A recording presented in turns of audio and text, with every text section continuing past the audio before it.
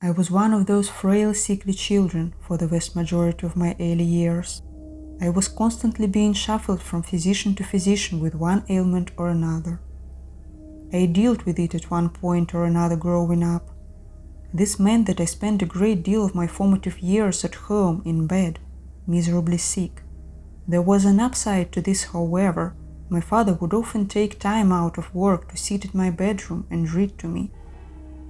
Some of my greatest memories as a child involved my father sitting in a chair next to my bed with one science fiction novel or another spread across his lap. I can't count how many days we were spent in such a fashion. I looked back on it now and can't help but smile when I picture that large man with his bushy beard, reading those thick novels to take my mind away from whatever was ailing me at the time. I was fortunate to come from a very loving home. My mother and father were extremely doting and focused all of their collective time and energy on raising their only daughter.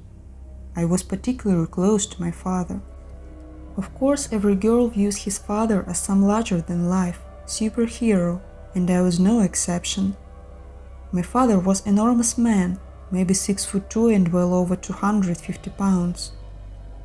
He was an intimidating figure, and my childhood friends would often remark on just how large he was.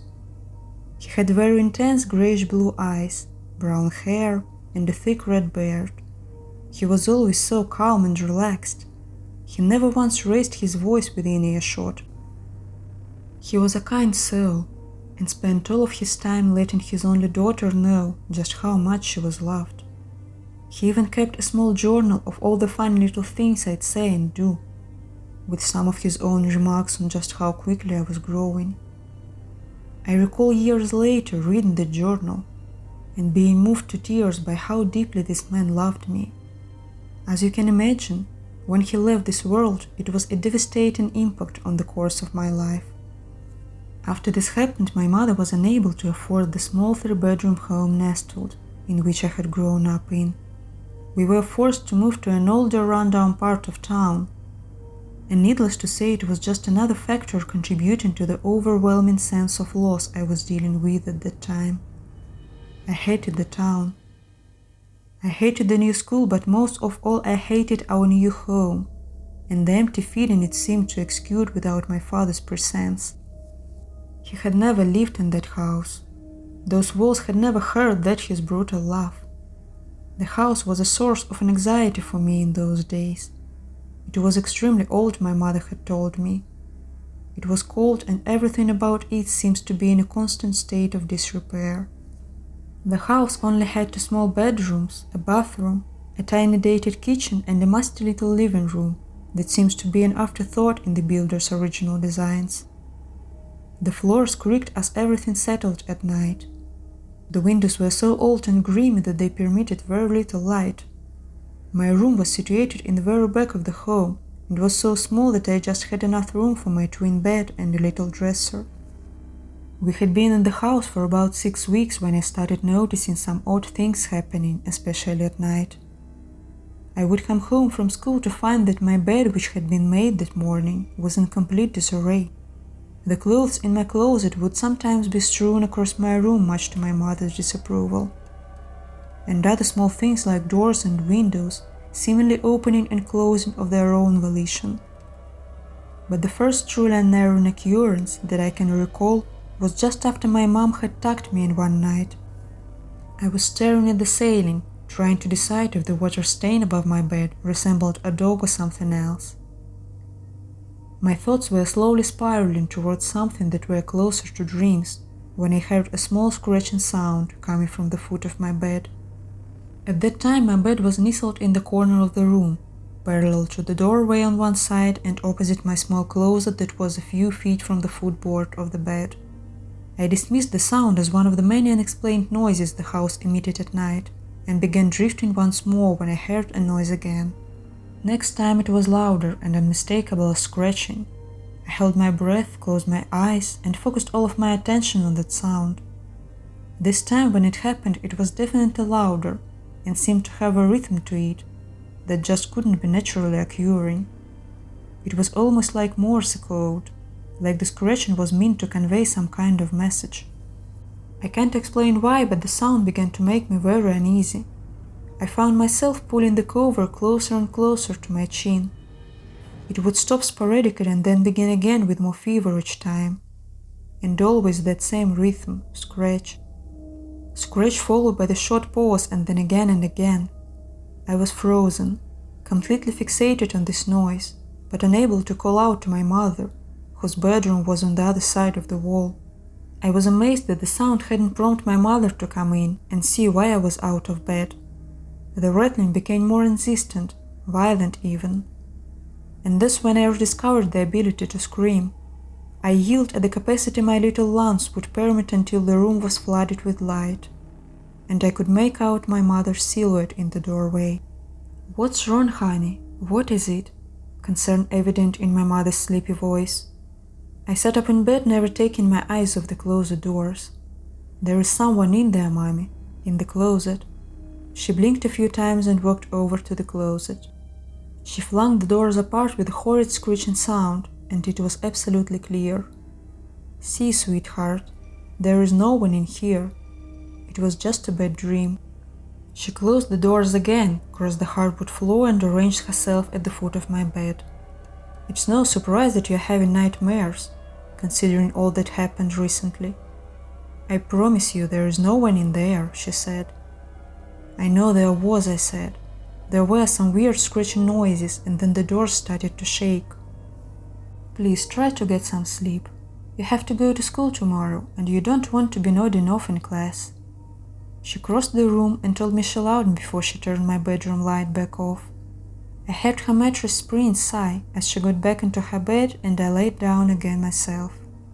I tried to control my breathing and focus everything my sense of hearing had to offer for that sound. My heart was pounding so loudly in my ears that I barely heard the first scratch when the noise came again.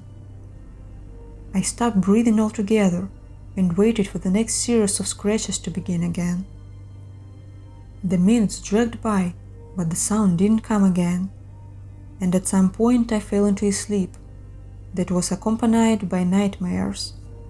Over the coming weeks the sound would come and go. There didn't seem to be any pattern to it at all. There would be several nights in a row with absolutely nothing unusual occurring. And then there would come a night when the scratching would start up as soon as I began to drift off, and last until I screamed for my mother. This became something of a pattern. I wouldn't say I became accustomed to it, but I knew that in those nights when the scratching started, that all I had to do was yell for my mom, and after she came in to take a look around, I'd finally be able to sleep. It had been 3 or 4 nights since the last time I had heard the rhythmic scratching. I had managed to fall asleep that night without event. It was about 1 or so in the morning when I awoke with a start. I had fallen asleep on top of my covers, and as soon as I became aware of being conscious, I wrestled with trying to crawl underneath them.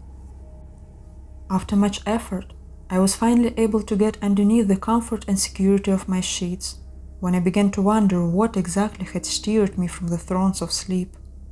It was a cloudy night, so the limited amount of light permitted through my bedroom window. I controlled my breathing, listening for that ominous sound, and forced my eyes to scan the bedroom. And that's when I saw it. Standing at the foot of my bed in front of closed doors was a very large form. It was so dark that I couldn't make out whether this being was facing my direction or not. I couldn't move. I couldn't scream, I could barely even draw breath. All of my attention was on that form at the foot of my bed. I couldn't look away, as if my eyelids were tapped open and I was forced to look in that direction. The form never moved, never even shifted from foot to foot. It simply stood there, massive and dark and seeming to fill the whole room. There was no scratching sound, just this, standing stoically in the middle of my room. Amazingly, I fell asleep. I can't begin to imagine how that came to be. What's even more amazing is that I didn't awake with this sense of terror. I even felt rested for the first time in months. The same thing happened again several times over the next couple of nights. I never yelled for my mother, or tried to get a closer look at the shadow-like form. I still wasn't even certain if it was facing in my direction. I even began to wonder if perhaps this thing standing in my room at night accepted my presence in the house. The next few weeks went without anything of note occurring. I ate breakfast, went to school, came home and then went to bed. My health had hit a relative high point during that period of time, and I was attending school on a regular basis for the first time in my memory. My mother had taken on more hours at the furniture factory, where she worked to help pay off some of the debt that occurred after my father had gone. On the nights she worked late, I was to spend my evenings over at my new friend Ryan's house until she returned home. The routine of staying with Ryan's family until my mother got off work lasted for several weeks until my mother had an accident at work. She was unable to work at all of the next few months, let alone pick up extra hours. I had been in bed for about half an hour, listening to the unusual sounds of my mother snoring from the next room, when I thought I heard that all too familiar scratching sound from my closet. Initially, I tried to ignore it, going so far as to covering my head with my pillow and forcing myself to sleep.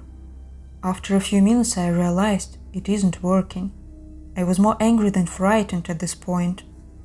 After a few more minutes, I finally came to the decision that I would open the closet door myself and finally put my mind at ease. As soon as my bare feet made contact with the cold floor, the scratching sound was replaced with the violent shaking of the closet door. I had heard that sound a lot of times, and I had never seen it been so violent. I lifted my feet back into bed and worked up the courage to begin yelling for my mother. Mom, please come here." I yelled with as much volume as I could muster. No response, not even the slightest break in her snoring. I yelled again and again, but to no avail. But my yelling wasn't followed by the sound of my mother's footsteps this time, and the doors began shaking once again. I didn't know what to do. I was far too scared to get up and go to Mother's room. I began to sob. I had reached a breaking point and I couldn't help but pull my knees up to my chest and whimper. Suddenly the doors quieted their frantic dance. They just stopped shaking altogether. I managed to lift my face from the protection of my knees, and to my horror I saw the closet doors begin to slide apart. No more scratching, no more rattling. I was finally going to come face to face with my tormentor. The doors finally opened all the way, and I could see now that my clothes and the darkness within were shifting. I wanted to spring from my bed through my window, or pull the cover over my head and will this nightmare away. But I couldn't budge a muscle. The creature had finally emerged from behind my sheets and jackets hanging from the closet rack. It paused for a moment at the entrance to the closet and seemed to size up the room. It was tall and impossibly skinny. The fingers and toes ended in long black ragged nails. Its mouth was wide and filled with small rows of teeth that came to points so sharp. They looked like they had been filed. Its nose was two little slits with absolutely no protrusion that I could discern. It just stood in the doorway of my closet, smiling at me with those little sharp teeth and that unnaturally wide mouth. It stared at me. Suddenly the creature jerked its head to the side and seemed to sniff the air with that horrible little nose. The sniffing became more frantic. It seemed even more massive than it had in previous encounters, and it also seemed to be radiating an intense anger. To my amazement, this anger didn't seem to be directed towards me, but at the creature now standing in front of my closet. The creature let out a hiss and then a sound akin to a whimper, and took a step back when noticed the large form standing in the corner of the room. I looked back at this dark figure, standing so very close now, and for the first time could make out distinguishing features.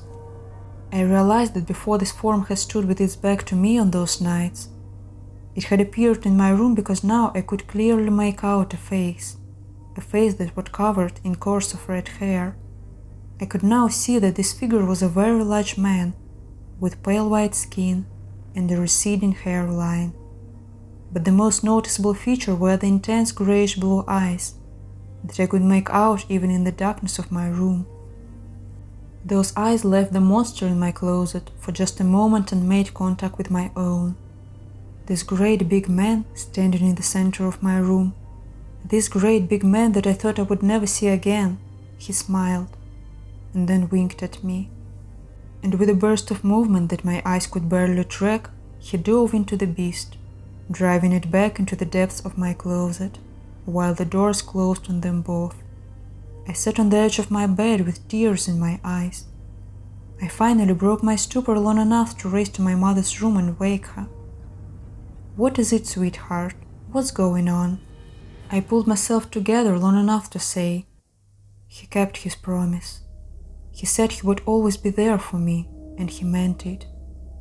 I never did hear another odd sound from my closet after that night, or any part of the house for that matter.